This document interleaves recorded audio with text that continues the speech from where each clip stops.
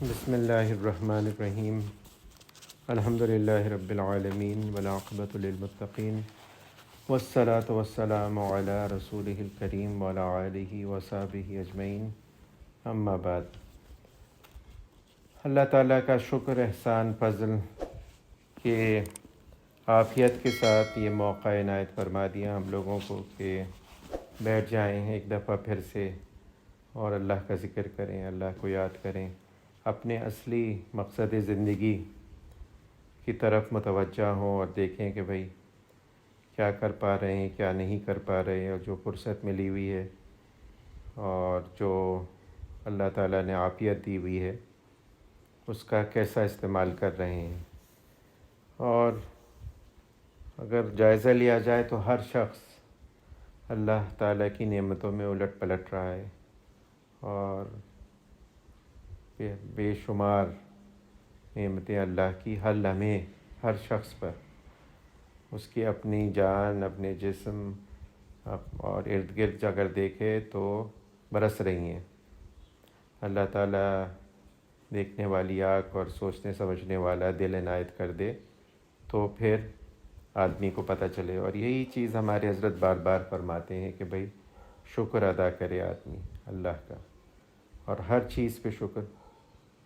اب ہم لوگ آج کل دیکھ رہے ہیں کہ بھئی شام میں، ترکی میں کہاں پہ زلزلہ آ گیا، اور وہم و گمان میں بھی کسی کے نہیں تھا، لوگ اپنی روزمرہ کی زندگی گزار رہے تھے، اور جو بھی جس حالت میں تھا، اور پھر اتنے ہزار لوگ اس میں ان کی جانیں چلی گئیں۔ تو جان تو بالآخر جانی ہی ہے، چاہے وہ کسی حادثے میں جائے، کسی بیماری میں جائے، کچھ نہ ہو تو پھر بیٹھے بٹھائی چاہے بعض لوگوں کا ہارٹ فیل ہو جاتا ہے، پتہ بھی نہیں چلتا، تو جائے گی تو ایک دن، کوئی نہیں بچا۔ اور بزرگ یہی فرماتے ہیں جب حضور صلی اللہ علیہ وآلہ وسلم دنیا میں نہیں رہے تو پھر اور کون ہوگا جو یہ کہہ سکے کہ بھئی میں نہیں مروں گا، میں پتہ نہیں کتنے سال زندہ رہوں گا۔ تو آنے والی زندگی جو ہے وہی اصل زندگی ہے، یہاں کی تو ہر چیز ختم ہو جانے والی ہے، زندگی بھی ختم ہو جائے گی، اور زندگی کے ساتھ جو کچھ بھی ہے دکھ، درد، تکالیف، بیماریاں، شکایتیں، آزار، جو کچھ بھی ہے وہ سب ختم ہو جائیں گے۔ لیکن اصل چیز ہوگی کامیابی، وہاں کی کامیابی۔ اگر وہاں کامیاب ہو گئے، وہاں پہ سرخرو ہو گئے، اللہ تعالیٰ راضی ہو گیا، تو اصل کامیابی وہی ہے، اور یہی اصل چیز ہے۔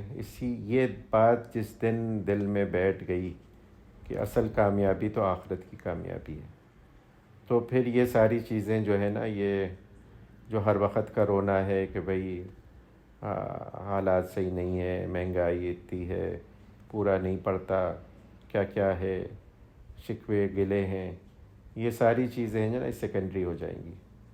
اصل یہ آدمی کو فکر لگ جائے گی کہ بھئی میں کامیاب ہو جاؤں، اصل امتحان میں کامیاب ہو جاؤں۔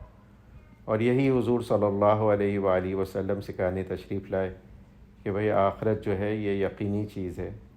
کہنے کو تو ہم لوگ کہتے ہیں، اور یہ بیسک عقائد میں سے ہیں مسلمانوں کے، کہ ایمان لاتا ہوں اللہ پر، اس کے فرشتوں پر، اور اس کی کتابوں پر، اور اس کے رسولوں پر، اور ملائکہ پر، اور قیامت کے دن پر، کہ اللہ تعالیٰ پھر سب کو اٹھائیں گے اور پھر حساب کتاب لیں گے۔ یہ ساری چیزوں پہ کہنے کو تو ہم کہہ دیتے ہیں، لیکن عمل نہیں ہوتا، عمل میں گڑبڑ ہو جاتی ہے۔ جب عمل کرنے جاتے ہیں تو جن باتوں کو اللہ تعالیٰ نے کہا ہے کرو، اس میں کوتاہی ہوتی ہے، اور جن باتوں سے منع کیا ہے کہ نہیں کرو، وہ کر لیتے ہیں، اور یہی چیز، یہی امتحان ہے، اور یہی سب سے بڑا، یہی ہمارے حضرت یہی فرماتے ہیں۔ لوگ سمجھتے ہیں نوافل اور صدقہ خیرات اور بہت زیادہ حج عمرہ کرنا، نفل، یہ ساری چیزیں جو ہیں یہ عبادت ہے، قرآن بہت زیادہ پڑھنا اور کیا کیا کرنا۔ کہتے ہیں فرائض ادا کرو اور گناہوں سے بچو، یہ کر لو تو بہت بڑی بات ہے۔ ابھی انشاءاللہ 40 دن یا اتنے ہی میں 6 ہفتے میں رمضان شروع ہو رہا ہے، اور رمضان میں بار بار یہ حدیث آئے گی، حضور صلی اللہ علیہ وآلہ وسلم نے ممبر پہ قدم رکھا اور آمین کہا، دوسرے پہ رکھا آمین کہا، تیسرے پہ آمین کہا، تفصیلی حدیث بار بار ذکر آئے گی۔ تو اس میں فرمایا کہ بھائی جبریل امین میرے پاس آئے اور انہوں نے 3 دعائیں کیں اور میں نے تینوں پہ آمین کہا۔ ایک تو یہ کہ جو حضرت جبریل علیہ السلام کی دعا، دوسرا حضور صلی اللہ علیہ وآلہ وسلم کا آمین کہنا، اور کہاں پہ؟ ریاض الجنہ میں۔ حضور خود فرماتے ہیں کہ میرے گھر اور میرا ممبر جو ہے یہ ریاض الجنہ، جنت کے ٹکڑوں میں سے ایک ٹکڑا ہے۔ تو وہاں پر تو یہ ساری چیزیں جو ہے قبولیت کی ہیں، کیونکہ اللہ تعالیٰ نے فرمایا ہے کہ بھئی جنت میں جو آدمی چاہے گا وہ اس کو ملے۔ حضور صلی اللہ علیہ وسلم یہ دعا فرما رہے ہیں۔ اس میں سے یہ دعا ہے کہ بھئی رمضان کسی شخص پر آیا اور اس کی مغفرت نہیں ہوئی تو وہ تباہ برباد ہو جائے۔ تو یہ جو ہے نا کہ بھئی مغفرت اپنی کرانی ہے، اور دوسروں کے سہارے پہ نہیں پڑے رہنا کہ دوسرے لوگ کریں گے ہمارے لیے ایصال ثواب، کریں گے ہماری قضا نمازوں کی وہ ادا کریں گے، ہماری طرف سے حج عمرے کریں گے۔ کوئی کچھ نہیں کرے گا، سب اپنے اپنے حصے لے کے سب اپنی دنیا کے کاموں میں مشغول ہو جائیں گے۔ تو یہ جو چیز ہے یہ کہ اپنی مغفرت، اور یہ مغفرت جو ہے نا توبہ استغفار، ہمارے حضرات فرماتے ہیں کہ بھئی اس میں تفصیل ہے۔ یہ کہ آدمی جب توبہ کرتا ہے تو توبہ کی شرائط ہوتی ہیں، توبہ کا کوئی وہ ہوتا ہے۔ اچھا وہاں سے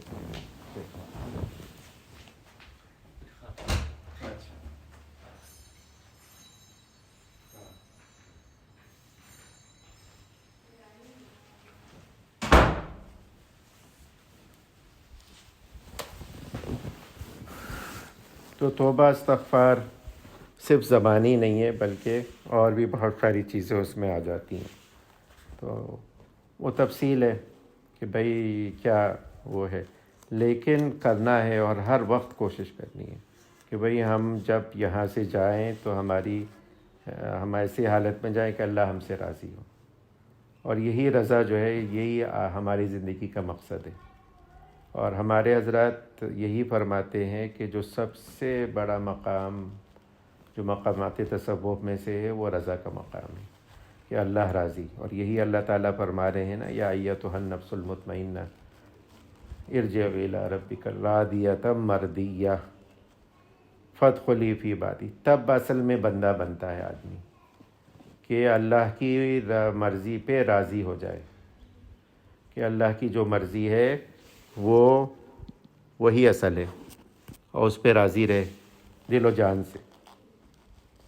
اسی سلسلے میں ہم لوگ کتاب میں سے پڑھتے ہیں، یہ حضرت مفتی محمد شفیع صاحب رحمۃ اللہ علیہ نے اکابر صوفیہ کے اقوال جمع کیے ہیں۔ تو فرماتے ہیں حضرت خبیق رحمۃ اللہ علیہ فرماتے ہیں، جو چیز تمہیں کل یعنی روز قیامت نقصان پہنچانے والی ہے، اس کے سوا کسی چیز کا غم مت کرو۔ یعنی جو چیز تمہیں کل یعنی روز قیامت نقصان پہنچانے والی ہے، اس کے سوا کسی چیز کا غم مت کرو، اور جو چیز تمہیں کل یعنی روز قیامت فائدہ پہنچانے والی ہو، اس کے سوا کسی چیز سے خوش نہ ہو، کیونکہ دراصل راحت و تکلیف، رنج و خوشی وہی قابل توجہ ہے جو ہمیشہ باقی رہنے والی ہے۔ دنیا کی نہ راحت قابل اعتبار ہے نہ مصیبت۔ اور یہ بہت بڑا سبق دے دیا انہوں نے کہ بھئی جو اصل خوشی اور غم کا معیار ہے وہ ہے آخرت کا۔ دنیا کا کیا ہے؟ دنیا کا تو ختم ہو جاتا ہے، دنیا کی جو بھی تکلیف، جو بھی خوشی ہو، وہ ایک دن آخر ختم ہو جائے گی۔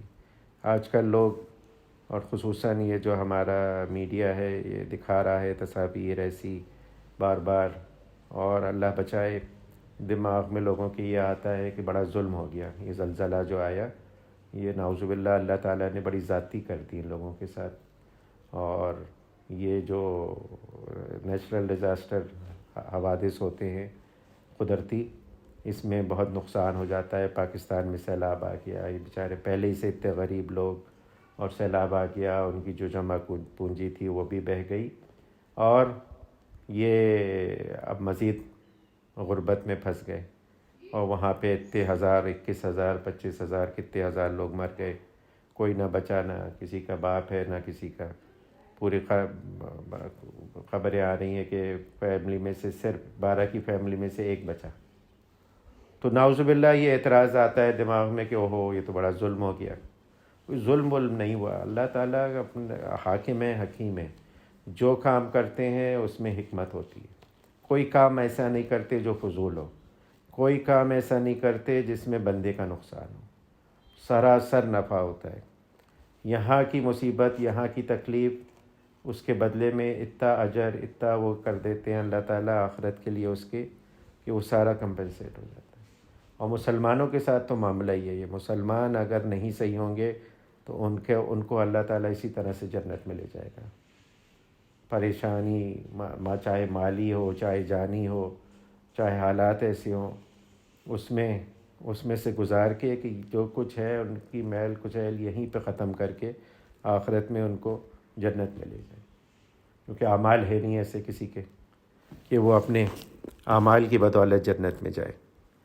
تو یہ ساری چیزیں جو ہیں یہ اللہ کی طرف سے ہیں، اس میں اللہ کی حکمت ہوتی ہے، ہماری سمجھ میں نہیں آتا، لیکن دیکھنے کی چیز ہے جو اللہ تعالیٰ جو ٹیسٹ کر رہے ہیں کہ ہمارا ریئیکشن کیا ہے، ہم راضی ہیں اس پہ، ہم صبر و شکر سے اس کو گزار رہے ہیں کہ نہیں گزار رہے۔ یہ سب کے ساتھ آئیں گے، مسلمانوں کے ساتھ، غیر مسلمانوں کے ساتھ، سب کے ساتھ حالات آئیں گے، کوئی بھی بچا ہوا نہیں ہے اس سے،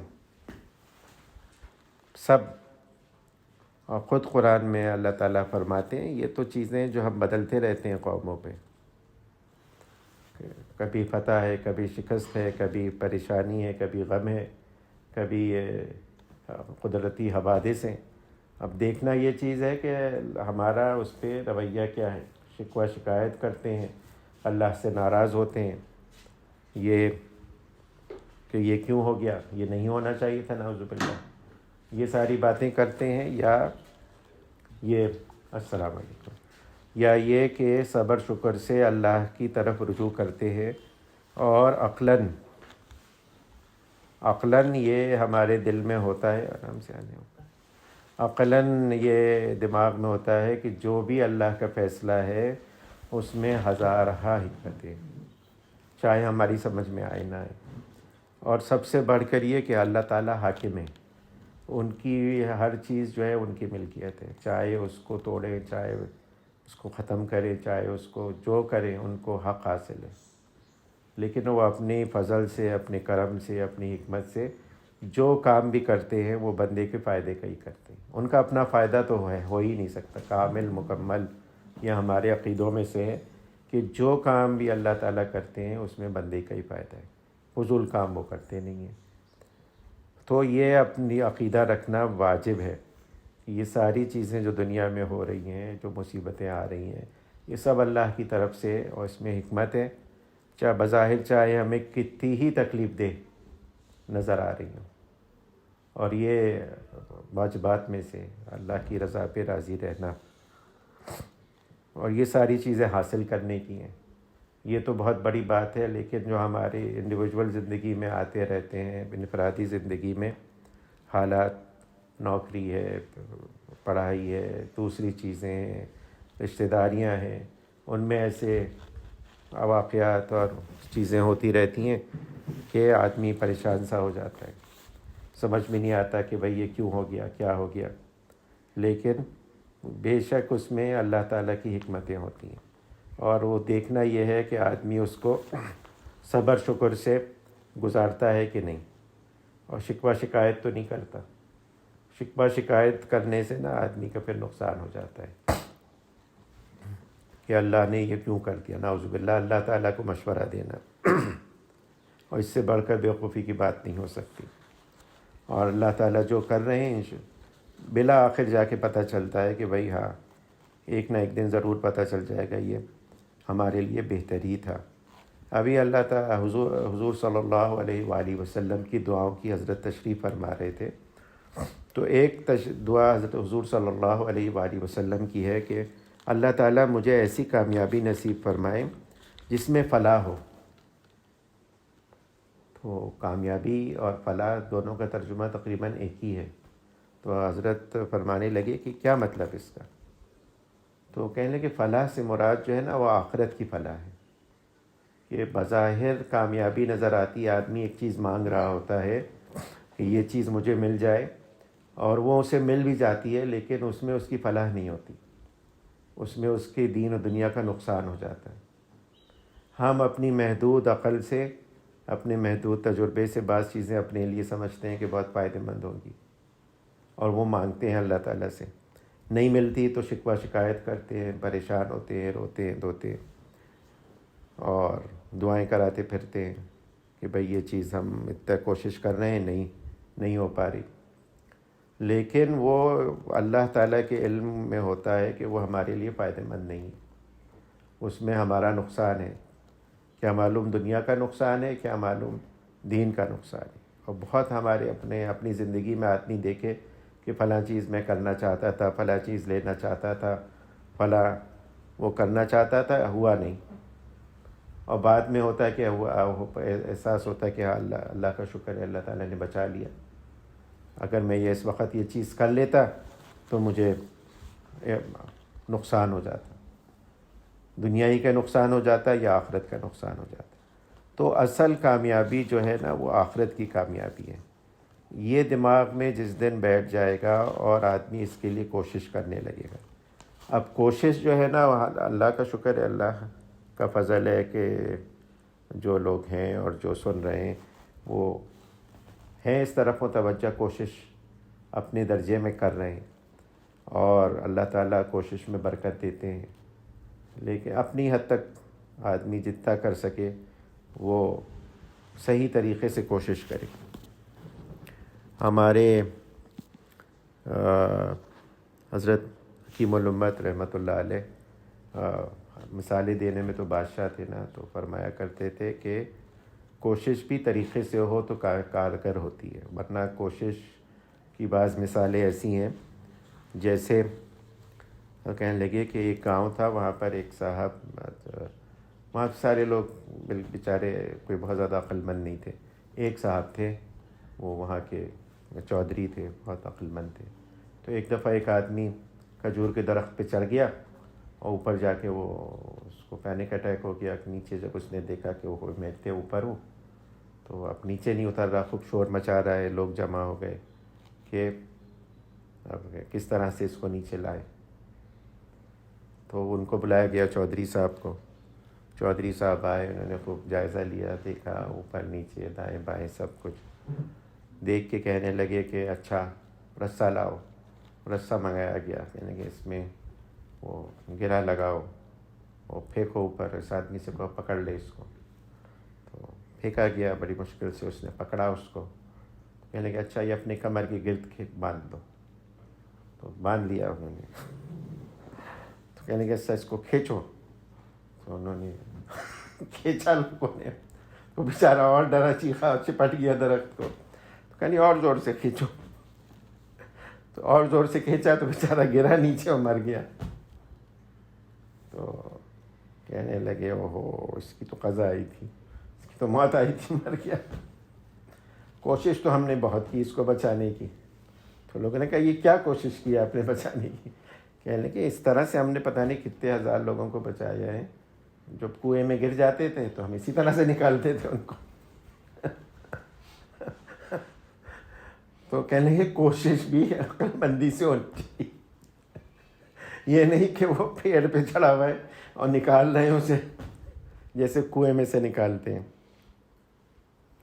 تو کوشش بھی آدمی کرے نا، اور اسی لیے مشورہ دیا جاتا ہے کہ بھئی، اسی لیے سجیسٹ کیا جاتا ہے کسی سے مشورہ کر کے کوشش کرے آدمی اللہ کو راضی کرنے کی۔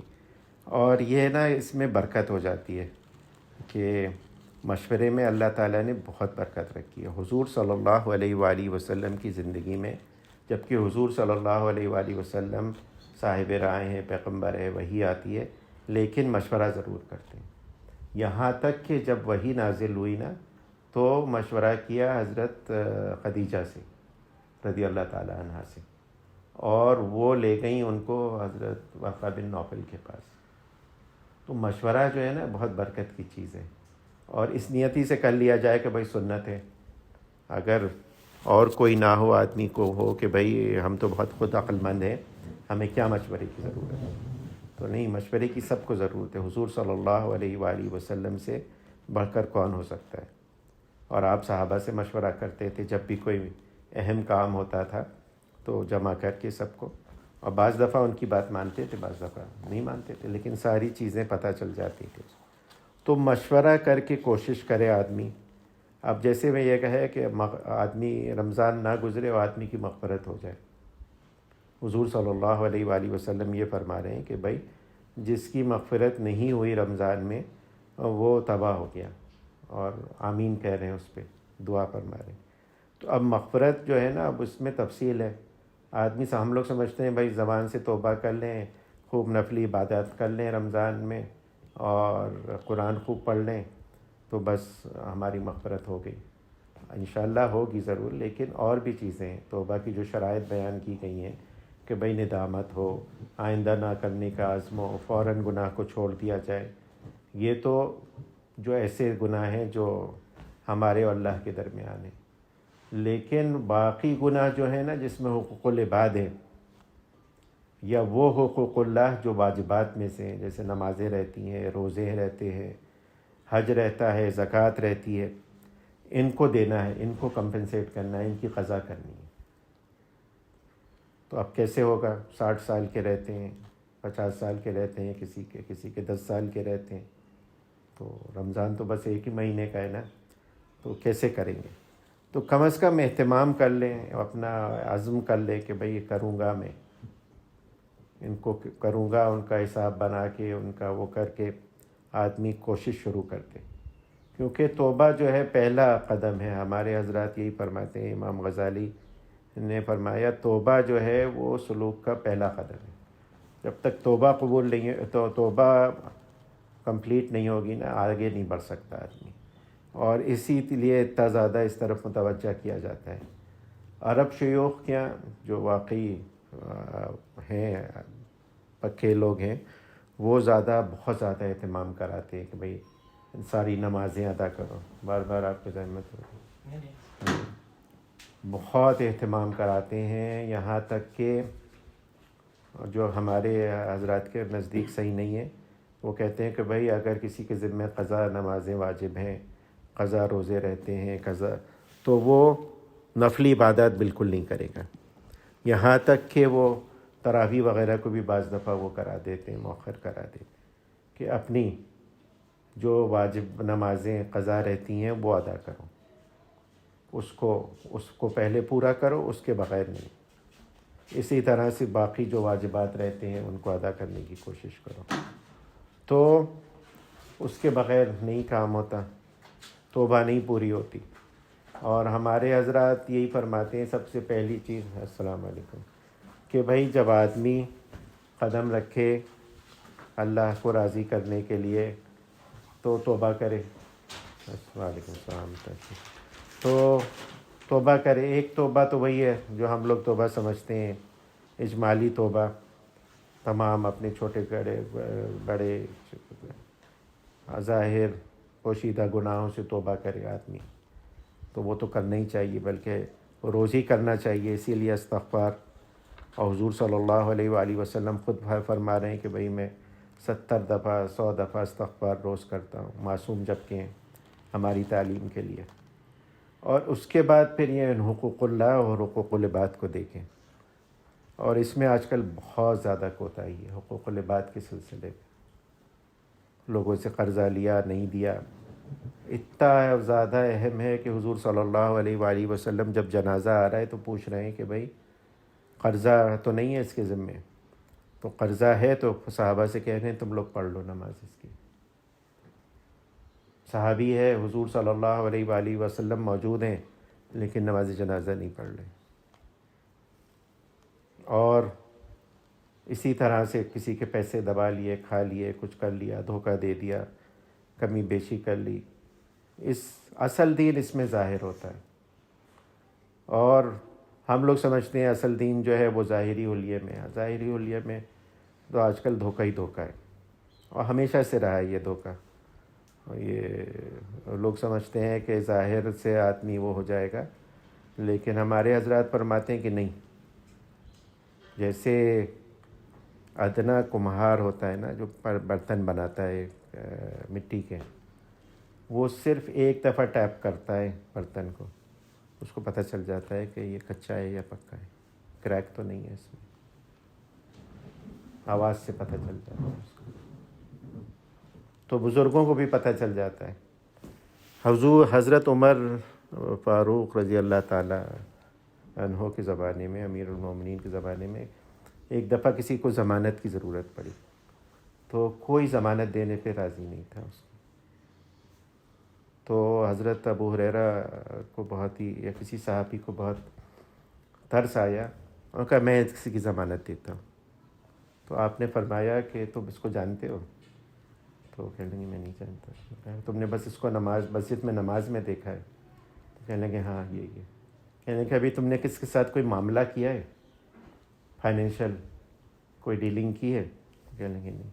کہنے لگے تم اس کو نہیں جانتے. یعنی حضرت عمر کی فراست دیکھیں، اتنی بڑی فراست. اور ہے آج کل تجربہ کر لیں کہ معاملی معاملات میں نا بڑے بڑے لوگ، ایسے لوگ کہ آپ حیران ہو جائیں گے. مدینہ منورہ میں ایک صاحب میرے پاس آئے اور کہنے لگے اچھا آپ ہیں ڈاکٹر صاحب، آپ کا تو ہم نے سنا ہے.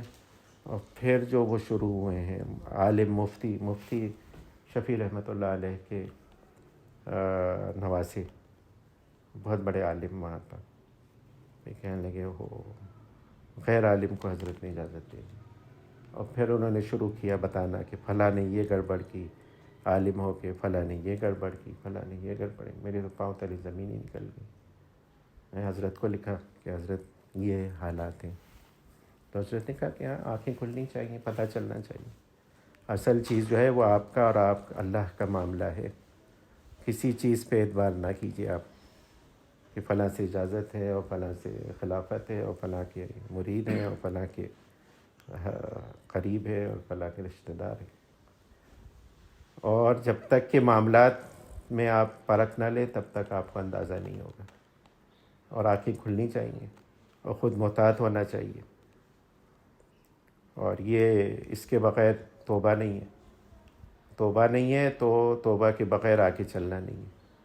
آج کل ایک ہے اعتراض ہے ہم لوگوں کے اوپر اور ہمارے مشائخ پر کہ وہ باتیں نہیں کرتے معرفت کی جو بڑی کتابوں میں لکھی ہوئی ہیں، اور وہ حالات اور واقعات بیان نہیں کرتے جو بڑے بزرگوں نے بیان کیے ہیں. تو اس کی وجہ ہے، کیونکہ اس کی وجہ یہ ہے کہ ہم لوگ ابھی بہت بیسک لیول پر ہیں. ابھی ظاہری کی نہیں اصلاح ہوئی بھی، تو وہاں تک پہنچنا تو بہت دور کی بات ہے. کیونکہ اتنا انحطاط آ گیا ہے، ڈیگریڈیشن ہو گیا آہستہ آہستہ آہستہ آہستہ آہستہ کہ آج کل دیندار کون ہے، صوفی کون ہے؟ وہ بظاہر جو نظر آ رہا وہ صوفی ہے.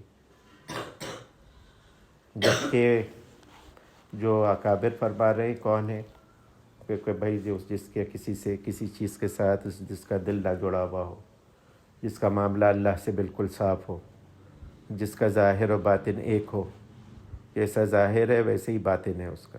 کوئی چیز نہیں ہے کہ اس نے مختلف وہ نہیں بنائے ہوئے سیکریٹ چیمبرز اپنے دل میں کہ یہ معاملہ الگ ہے، یہ بتاؤں گا یہ نہیں بتاؤں گا، شیخ کو یہ چیز بتانے کی ہے یہ چیز نہیں بتانے کی ہے.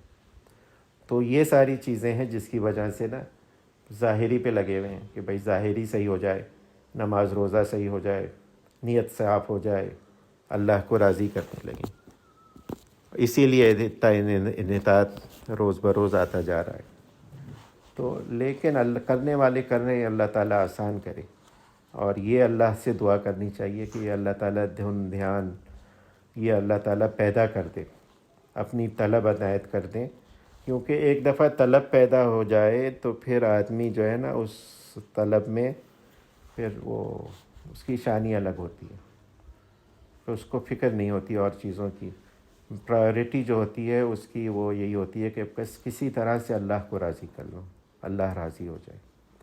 اور یہی تمام مشائخ جتنے بڑے بڑے بزرگ گزرے ہیں ہمارے، پہلے بھی، قدیم بھی اور جدید بھی، سب کی زندگی میں یہی نظر آئے گا، اللہ کو راضی کرنے کی فکر ہر چیز میں، کہ معاملات میں بھی، عقائد اور عبادات تو اپنی جگہ پہ، وہ تو زیادہ تر لوگ سمجھتے ہی ہیں، معاشرت، معاملات اور اخلاق، اس پہ کوشش لگی ہوئی ہے کہ بھائی اللہ کو راضی کر لوں کسی طرح سے، اور صرف اس چکر میں نہ رہ جاؤں کہ بھائی لوگ کیا کہتے ہیں، لوگ کیا سمجھتے ہیں، اور یہ حالات کیا ہیں۔ تو اللہ تعالیٰ کہنے سننے سے زیادہ عمل کی توفیق عنایت فرمائے، کیونکہ یہ بات مسلم ہے حضور صلی اللہ علیہ وآلہ وسلم کے زمانے سے کہ اصل چیز ہے وہ عمل ہے۔ کتنے صحابہ تھے جو حافظ قرآن تھے، کتنے صحابہ تھے جو اصطلاحی سینس میں عالم تھے، یہ جن کو بہت زیادہ حدیث ہیں، بہت محدود تعداد میں، لیکن سارے جو ہے نا، سب کا اتفاق ہے اہل سنت والجماعت کا کہ افضل ترین جو لوگ ہیں حضور صلی اللہ علیہ وآلہ وسلم کی امت میں، وہ صحابہ ہیں۔ کیوں؟ حضور صلی اللہ علیہ وآلہ وسلم کی صحبت نصیب ہوئی، اور اس سے ان میں اتنی تبدیلی آئی کہ ان کے اعمال میں وزن پیدا ہو گیا۔ وہ حضور خود فرما رہے ہیں کہ بھئی اگر تم لوگ ایک مد 600 650 ملی گرام ہوتا ہے، وہ اگر تم وہ کرتے ہو تو اتنا ہے جیسے احد پہاڑ، مدینہ منورہ کا جو بڑا سا پہاڑ ہے اس کے برابر ہے۔ دوسرے لوگ احد پہاڑ صدقہ کرے سونے کا، اس کے برابر ہے تمہارا ایک مد۔ اخلاص تھا عمل میں، صدق تھا۔ حضور صلی اللہ علیہ وآلہ وسلم کو دیکھتے تھے، اور ان کا دین یہی تھا کہ حضور صلی اللہ علیہ وسلم کیا کر رہے ہیں، کیا نہیں کر رہے ہیں۔ ہماری طرح نہیں کہ ہم لوگ دیکھتے ہیں کہ بھئی کیا واجب ہے، کیا فرض ہے، اور کیا سنت ہے، تو واجب فرض کر لے، باقی چیزیں تو فضیلت کی چیزیں چھوڑ دو ان کو۔ وہ تو بس حضور کو دیکھتے رہتے تھے اور عمل کرتے رہتے تھے۔ تو اصل چیز عمل ہے، اور عمل ہی کے لیے پوری کوشش کرنی ہے، تو اللہ تعالیٰ عمل کو آسان کر دے۔ اس کے لیے دعا بھی کرنی چاہیے۔ ہمارے حضرت فرماتے ہیں کہ دعا کرنی، اللہ دین کا صحیح فہم پیدا ہو جائے اور اس پہ عمل کی توفیق ہو جائے، اور یہ بغیر اللہ کے فضل کے نہیں ہو سکتا۔ جو بار بار خطبہ پڑھا جاتا ہے، ہر خطبہ جو شادی کا، جمعے کا، کسی مہم واعظ کا سارے پڑھتے نا، اس میں بار بار یہ ہوتا ہے کہ اللہ جس کو ہدایت دے اس کو کوئی گمراہ نہیں کر سکتا، اور جس کو اللہ گمراہ کرے اسے کوئی ہدایت نہیں دے سکتا۔ اس سے بڑھ کر کیا ہو سکتا ہے کہ حضور صلی اللہ علیہ وآلہ وسلم کو اپنی آنکھوں سے دیکھا، ان کے زمانے میں موجود ہے، ایمان نہیں لائے۔ اور آج کل بھی یہی ہے، بڑے بڑے موجود ہیں وہ، اور ڈھونڈنے والے بھی ہیں، لیکن متوجہ نہیں ہو پاتے ان کی طرف، ڈھونڈتے ہی رہ جاتے ہیں۔ مولانا رومی نے بہت اس کو تفصیل سے بیان کیا ہے کہ روشنی کے پہاڑ ہیں اور اتنی ہے، لیکن نظر نہیں آتا لوگوں کو۔ اور کس وجہ سے نظر نہیں آتا؟ یہ اللہ تعالیٰ اپنے اس کا مظہر وہ کر رہے ہوتے ہیں کہ یہ گمراہ ہے، اور اللہ تعالیٰ بچا لے اس سے گمراہ۔ اور حضرت تھانوی تو ہاتھ جوڑ کے دعا کرتے تھے جب بھی ذکر کرتے تھے کہ گمراہی سے بچائیے۔ مت ماری جاتی ہے آدمی کی، صحیح بات کو غلط سمجھنے لگتا ہے اور غلط بات کو صحیح سمجھنے لگتا ہے، اور آئے دائیں بائیں جہاں پہ بھی دیکھ لیں مثالیں موجود ہیں لوگوں کی، اور گمراہ ہو جاتا ہے۔ حضرت فرماتے ہیں کہ حضرت نے بعض میں بار بار فرمایا کہ کتنے فارغین دیوبند ہیں جو ازہر ہند کہلاتا ہے، جن میں سے بعض قادیانی ہو گئے، بعض شیعہ ہو گئے، بعض مرتد ہو گئے، عیسائی ہو گئے۔ تو نا یہ موجودہ ایمان پہ شکر اور اس کی حفاظت کی دعا، اللہ تعالیٰ سے عمل کی توفیق، یہی سب سے بڑھ کے چیز ہے۔ کیونکہ یہی آخرت کی کامیابی جو ہے، جیسے فرمایا تھا انہوں نے، وہی کامیابی اصل کامیابی ہے۔ دعا کر لیں، اللہم صلی علی حبیبک محمد وعلی آل حبیبک محمد کما صلیت علی ابراہیم وعلی آل ابراہیم انک حمید مجید، اللہم بارک علی حبیبک محمد وعلی آل حبیبک محمد کما بارکت علی ابراہیم وعلی آل ابراہیم انک حمید مجید۔ ربنا آتنا فی الدنیا حسنۃ وفی الآخرۃ حسنۃ وقنا عذاب النار، ربنا لا تؤاخذنا إن نسينا أو أخطأنا، ربنا ولا تحمل علينا إصرا كما حملته على الذين من قبلنا، ربنا ولا تحملنا ما لا طاقة لنا به واعف عنا واغفر لنا وارحمنا أنت مولانا فانصرنا على القوم الكافرين، ربنا ظلمنا أنفسنا وإن لم تغفر لنا وترحمنا لنكونن من الخاسرين، یا العالمین یا غیاث المستغیثین یا مال المستجیرین۔ ہمارے تمام چھوٹے بڑے اگلے پچھلے خفیہ علانیہ ظاہری باطنی تمام گناہ اپنے کرم اپنے فضل سے معاف فرما دیجیے یا العالمین۔ ہم کوئی عذر کوئی تعویل نہیں کرتے، اپنی نالائقی کا پورا پورا اقرار کرتے یا العالمین۔ ہم نادم ہیں اور ہماری ندامت بھی بظاہر ندامت ہے یا العالمین۔ سچی ندامت پیدا فرما دیجیے، آئندہ کے بچنے کی توفیق عنایت فرما دیجیے یا العالمین۔ ہم عزم کرتے ہیں کہ ہم آئندہ نہیں کریں گے، لیکن ہم جانتے ہیں کہ ہم کیا اور ہمارا عزم کیا یا آپ کی مدد کے بغیر ہم نہیں رک سکتے یا العالمین یا غیاث المستغیثین۔ جو ہمارے ذمہ حقوق واجب رہ گئے ہیں آپ کے بندوں کے یا العالمین، ان کو ادا کرنے کی یا معاف کرانے کی یا العالمین ہمیں توفیق عنایت فرما دیجیے۔ دین کا صحیح فہم پیدا فرما دیجیے، دین پہ چلنے کی توفیق عنایت فرما دیجیے یا العالمین یا غیاث المستغیثین۔ اپنی محبت اپنے حبیب حضرت محمد مصطفیٰ صلی اللہ علیہ وآلہ وسلم کی پکی سچی محبت عنایت فرما دیجیے۔ ان محبتوں کو تمام دیگر محبتوں پہ غالب فرما دیجیے۔ اپنے حبیب کی اتباع کی توفیق کامل اور راسخ عنایت فرمائیے یا العالمین۔ ہم تمام وہ خیر مانگتے ہیں جو آپ کے حبیب حضرت محمد مصطفیٰ صلی اللہ علیہ وآلہ وسلم نے آپ سے مانگی، اور تمام اس شر سے پناہ مانگتے ہیں جس سے آپ کے حبیب حضرت محمد مصطفیٰ صلی اللہ علیہ وآلہ وسلم نے پناہ مانگی۔ وانت المستعان وعلیک البلاغ ولا حول ولا قوة الا باللہ یا العالمین۔ ہمیں، ہمارے گھر والوں کو، بیوی بچوں، والدین، عزیز و قارب، پڑوسی رشتہ داروں کو، تمام مسلمانوں کو ہر طرح کے حادثات سانحات سے، دیر پا موذی بیماریوں سے، لوگوں کی اظہار ثانیوں سے، رائج الوقت فحاشی عریانی اور جو بھی معاشرتی برائیاں ہیں ان سب سے بچائیے، حفاظت فرمائیے۔ حلال واسع رزق بلا مشقت اپنے کرم اپنے فضل سے عنایت فرمائیے یا العالمین یا غیاث المستغیثین۔ مسلمان جہاں جہاں کہیں مظلوم ہیں، آفت زدہ ہیں، ان کی مدد نصرت فرمائیے۔ شام میں، ترکی میں، فلسطین، کشمیر، برما، انڈیا، جہاں جہاں مسلمان مظلوم ہیں ان کی مدد نصرت فرمائیے یا العالمین۔ ہمیں توفیق عنایت فرمائیے کہ اپنی دعاؤں سے، اپنے مال، اپنی جان سے ان کی مدد کر سکیں یا العالمین۔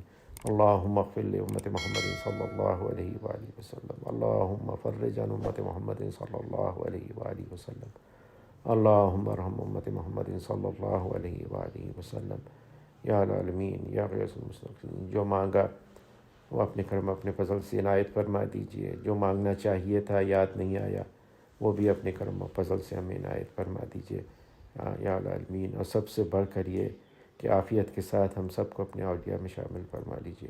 وصلی اللہ تعالی علی خیر خلقہ ونور عرشہ حضرت محمد وآلہ وصحبہ اجمعین برحمتک یا ارحم۔